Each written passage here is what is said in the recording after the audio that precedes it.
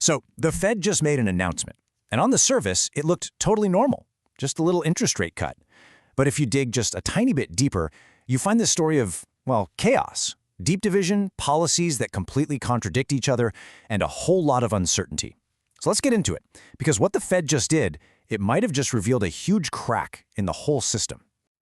I know. That sounds super dramatic, right? But honestly, it's probably the most accurate way to describe what's going on.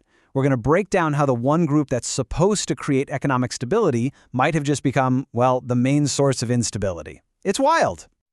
Okay, before we jump into all the juicy details, I need you to do me a favor. Take out a mental sticky note and write this down. December 10th, 2025. Just remember that date. The Fed has kind of hinted that this is a big deal, an endpoint for a major policy, and trust me, it's casting a shadow over everything we're about to talk about. All right, so let's start with the official story. You know, the simple version that was plastered all over the news.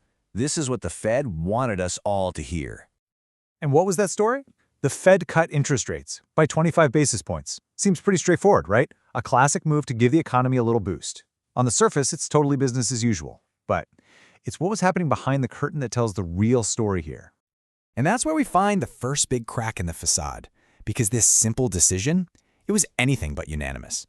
You know that united front the Fed always tries to put on? Yeah, it just wasn't there this time. Not even close. But here's the thing that no one is really talking about. It's not just that they disagreed. That happens. What's truly, and I mean truly alarming, is how they disagreed. This really shows you the chaos perfectly. Okay, so you had 3 people who voted no. But get this, one of them wanted to be way more aggressive and cut by 50 basis points. But the other 2, they wanted to do nothing. No cut at all. So you see what's happening?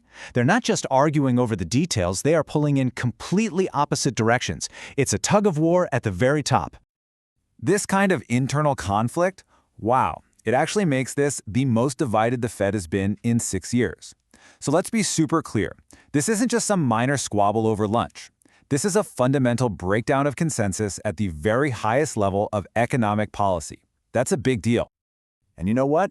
That divided vote is really just a symptom. The real disease here is much bigger. The Fed's policies are now literally at war with each other. It's like they're flooring the gas pedal and slamming on the brakes at the exact same time. I mean, look at this. It lays out the contradiction perfectly.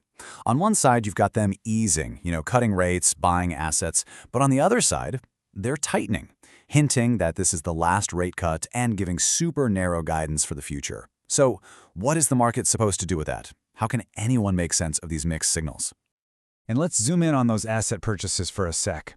The Fed says it's going to start buying $40 billion every single month. Now, they're being very, very careful to call this reserve management. But let's just call a spade, okay? When you look at their balance sheet, it's an expansion. It acts just like stimulus, even while they're whispering about tightening things up. It makes no sense. And all of this brings us right to the heart of the matter, cognitive dissonance. You know that psychology term for when you hold 2 completely contradictory beliefs at the same time? Well, right now, that's not just a cool psych term. It has literally become the official policy of the most important central bank on the entire planet. So, you gotta be asking, why? Why is this happening? Well, all this internal confusion is being cranked up to 11 by 2 big things: intense pressure from the outside and a shocking lack of good information.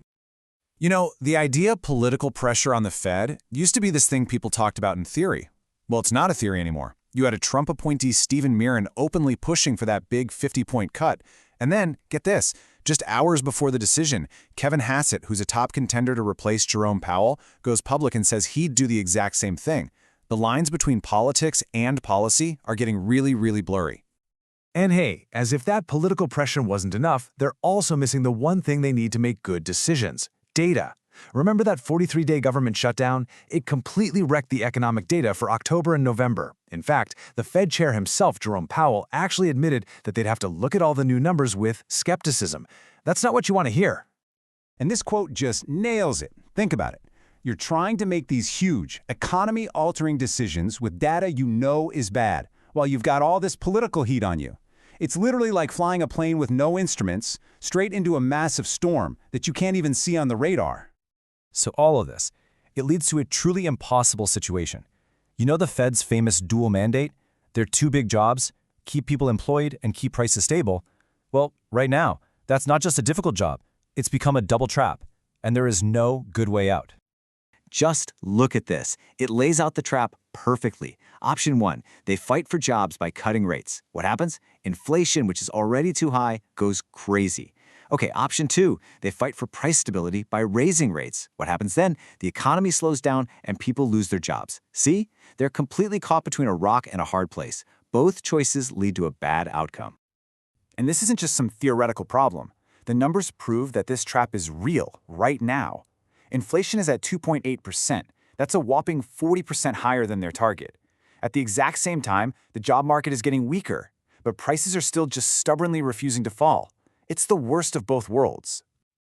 Hey, and you don't have to take my word for it. The man in charge, Fed Chair Jerome Powell, he admitted it himself. His exact words, there is no risk-free path.